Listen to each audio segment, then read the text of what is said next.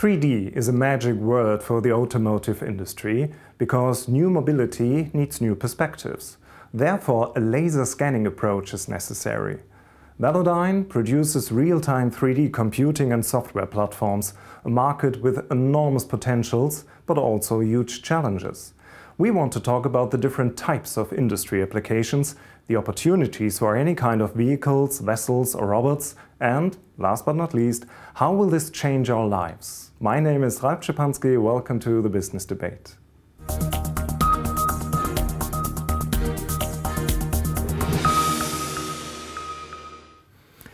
Eric Smith, your company motto is driving the autonomous revolution. What is so revolutionary in 3D? Let's start from the beginning. David Hall, the founder of Velodyne, developed the first three-dimensional LiDAR sensor 15 years ago when he participated in the DARPA challenge, which is an autonomous race. He had learned from experience that the general sensors, the cameras and radars were good, but they didn't fulfill the sensing that he needed to give him a view of the environment so he could see the street all the time, the whole environment. So he developed the three-dimensional LiDAR, which enabled him to get centimeter level accuracy in the X, Y, and Z axis. So that was revolutionary. That had not been done before. And since then, Velodyne has been around a long time, and the first production sensors were actually used by that small company Google, which we may know. Those first sensors, people may know them from the big sensors on top of the vehicle, but since that time, Velodyne has grown. We're developing, increasing the performance of the sensors, decreasing the size, and decreasing the price to address all the markets in the industry. An important point is real time. So, and real time really means real time?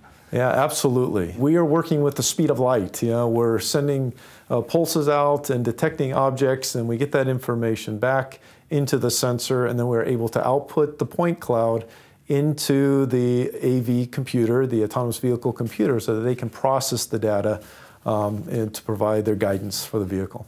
And what does it mean to the autonomous vehicle development? Yeah, what this means is that the data coming out of the sensor must be reliable, consistent, so that the autonomous vehicle system developers can write their algorithms so that the vehicle knows where it's going, knows where it has to stop to take action and make safety decisions.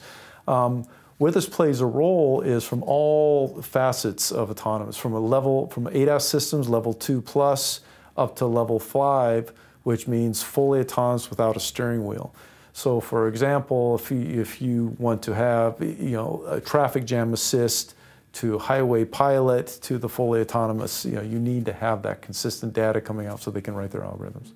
It's one thing to make a computer see the surrounding, but I think it's much more complex to make it understand it, right? Yes, and that's where it goes back to the quality of the data, the consistency of the data. What is critical is that the data coming out of the sensor is consistent, that the algorithms understand how to use that data, the software developers trust that data to help them make decisions for the action of the vehicle. And that's where the history of Velodyne comes in. We've been doing this for 15 years. We understand the waveforms of the LiDAR. We understand the quality data that they need for their applications.